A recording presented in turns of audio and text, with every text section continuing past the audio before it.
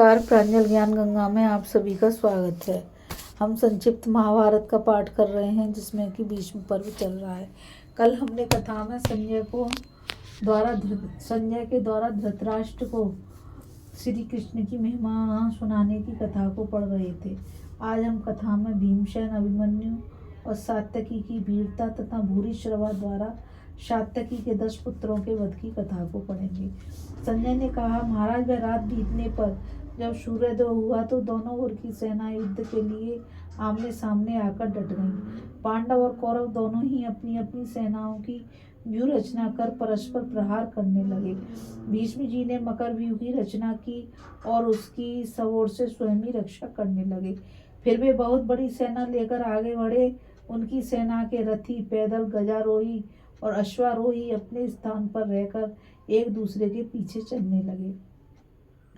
पांडवों ने उन्हें इस प्रकार युद्ध के लिए तैयार देख अपनी सेना को शयन व्यूह के क्रम में खड़ा किया।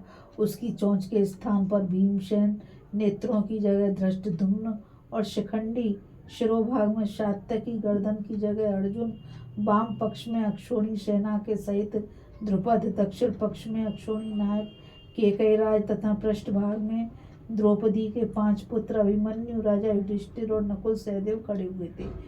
तब भीमसेन ने मुख स्थान से मकर व्यूह में घुसकर भीष्म जी के ऊपर बाणों की वर्षा आरंभ की। भीष्म जी की भी भीषण बाण वर्षा करके पांडवों की व्यूहबद्ध सेना को चक्कर में डालने लगे। अपनी सेना को घबराहट में पड़ी देख अर्जुन झटपट आगे आ गए और हजारों बाण बरसाकर भीष्म जी को बींधने लगे। उन्होंने भीष्म जी के बाणों को रोक दिया और इससे प्रसन्न हुई अपनी सेना के सहित युद्ध करने के लिए आगे आ गए। तब राजा दुर्योधन अपने भाइयों के भयंकर संहार की बात याद करके आचार्य द्रोण से कहने लगा, आचार्य, आप सदा ही मेरा हित चाहते हैं और इसमें संदेह नहीं। हम भी आपका और पितामह भीष्म का आश्रय लेकर संग्राम में परास्त करने के लिए देवताओं तक को ललकारने का साहस रखते हैं। फिर इन विहीन पराक्रम पांडवों की तो बात ही क्या है। अतः आप ऐसा कीजिए जिससे पांडव लोग शीघ्र ही मारे जाएं।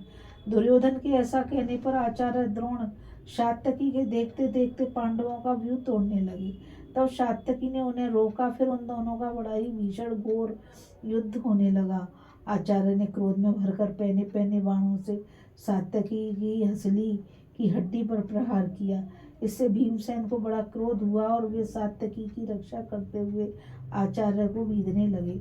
तब द्रोण, भीष्म और शल्य ने भीषण बाण वर्षा करके भीमसेन को ढक दिया। यह देखकर अभिमन्यु और द्रौपदी के पुत्रों ने उन सब पर वार करना आरंभ किया। दिन चढ़ते चढ़ते युद्ध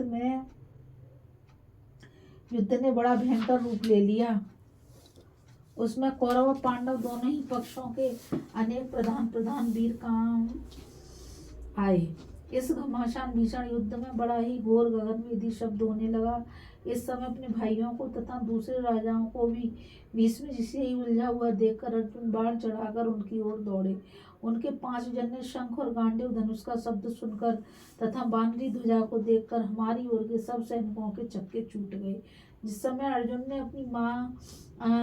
ने अपना भयानक अस्त्र लेकर भीष्म जी पर आक्रमण किया, उस समय हमारे सैनिकों को पूर्व पश्चिम का भी होश नहीं रहा। आपके पुत्रों के सहित वे सब घबराकर भीष्म जी की शरण में जाने लगे। उस समय एकमात्र वे ही उनके आश्रय थे। सभी लोग ऐसे भयभीत हो गए कि रथी रथ में से और घुड़सवार घोड़ों की पीठ से गिरने लगे तथा पैदल भी पृथ्वी पर लोटपोट हो गए। भीष्म जी ने तोमर, प्राश और नाराज आदि धारण करने वाले योद्धाओं की विशाल वाहिनी के सहित अर्जुन का सामना किया।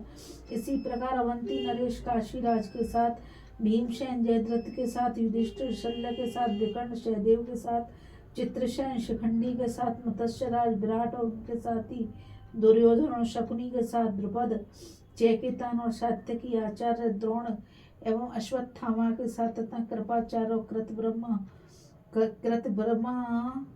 धृष्टद्युम्न के साथ युद्ध करने लगे। इस प्रकार घोड़ों को आगे बढ़ाकर तथा हाथी और रथों को घुमाकर सब योद्धा आपस में भिड़ गए। युद्ध होते होते मध्याह्न हो गया। सूर्य के ताप से आकाश जलने लगा। उस समय कौरव और पांडवों में आपस में बड़ी भीषण मारकाट होने लगी। भीष्म जी ने सब सेनाओं के देखते देखते भीमसेन का आगे बढ़ना रोक दिया उनके धनुष से छूटे हुए तीखे बाणों ने भीमसेन को घायल कर दिया। तब महाबली भीमसेन ने उनके ऊपर एक अत्यंत वेगवती शक्ति छोड़ी। उसे आती देखकर भीष्म जी ने अपने बाणों से उस शक्ति को काट दिया तथा एक और बाण छोड़कर भीमसेन के धनुष के 2 टुकड़े कर दिए। इतने में ही सात्यकी ने बड़ी फुर्ती से सामने आकर भीष्म जी के ऊपर बाण बरसाना आरंभ किया। तब भीष्म जी ने एक भीषण बाण चढ़ाकर सात्यकी के सारथी को रथ से गिरा दिया। उसके मारे जाने से सात्यकी के घोड़े इधर उधर भागने लगे। इससे सारी सेना में बड़ा कोलाहल होने लगा। अब भीष्म जी ने पांडव सेना का विध्वंस आरंभ किया। यह देखकर धृष्ट धुम्नादि पांडव पक्ष के वीर आपके पुत्रों की सेना पर टूट पड़े। इस प्रकार दोनों ओर से बड़ा घोर युद्ध होने लगा। महारथी विराट ने भीष्म जी पर 3 बाण छोड़े और 3 बाणों से उनके घोड़ों को घायल कर दिया। तब भीष्म जी ने 10 बाणों से विराट को बीत दिया। इसी समय अश्वत्थामा ने 6 बाणों से अर्जुन की छाती पर वार किया और अर्जुन ने अश्वत्थामा के धनुष को काट डाला। तब अश्वत्थामा ने दूसरा धनुष लेकर 90 बाणों से अर्जुन को और 70 बाणों से श्री कृष्ण को घायल कर दिया। अर्जुन ने बड़े भयंकर बाण चढ़ाए और बड़ी फुर्ती से अश्वत्थामा को बीत दिया। वे बाण अश्वत्थामा का कवच भेद कर उनका रक्त पीने लगे, किंतु इस प्रकार घायल होने पर भी उनमें व्यथा का कोई चिन्ह दिखाई नहीं दिया। वे पूर्वतः भीष्म जी की रक्षा के लिए डटे रहे। इसी बीच में दुर्योधन ने 10 बाणों से भीमसेन को बीत दिया। तब भीमसेन ने बड़े तीखे बाण छोड़कर पुरुराज की छाती को बीत दिया। अभिमन्यु ने 10 बाणों से चित्रसेन पर और 7 से पुरुमित्र पर चोट की तथा सत्यव्रत भीष्म जी को 70 बाणों से घायल करके वे रणांगण में नतशा करने लगा। यह देखकर उस पर चित्रसेन ने 10 बाणों से, पुरुमित्र से 7 से और भीष्म जी ने 9 बाणों से वार किया। फिर अभिमन्यु ने इस प्रकार घायल होकर चित्रसेन के धनुष को काट डाला तथा उसके कवच को काटकर छाती पर बाण छोड़ा। अभिमन्यु का ऐसा पराक्रम देखकर आपका पुत्र लक्ष्मण उसके सामने आया और बड़े तीखे तीखे बाण छोड़कर उसे घायल कर दिया। तब सुभद्रा नंदन ने उसके चारों घोड़ों और सारथी को मारकर अपने पहने बाणों से उस पर आक्रमण किया। इससे लक्ष्मण ने अत्यंत क्रोध में भरकर अभिमन्यु के रथ पर एक शक्ति छोड़ी। उसे आती देखकर अभिमन्यु ने अपने पहने बाणों से उसके टूक टूक कर दिए। तब कृपाचार्य लक्ष्मण को अपने रथ में बैठाकर रण क्षेत्र से बाहर ले आए। इस प्रकार जब संग्राम बहुत भयंकर हो गया तो आपके पुत्र पांडव लोग अपने प्राणों को संकट में डालकर एक दूसरे पर प्रहार करने लगे।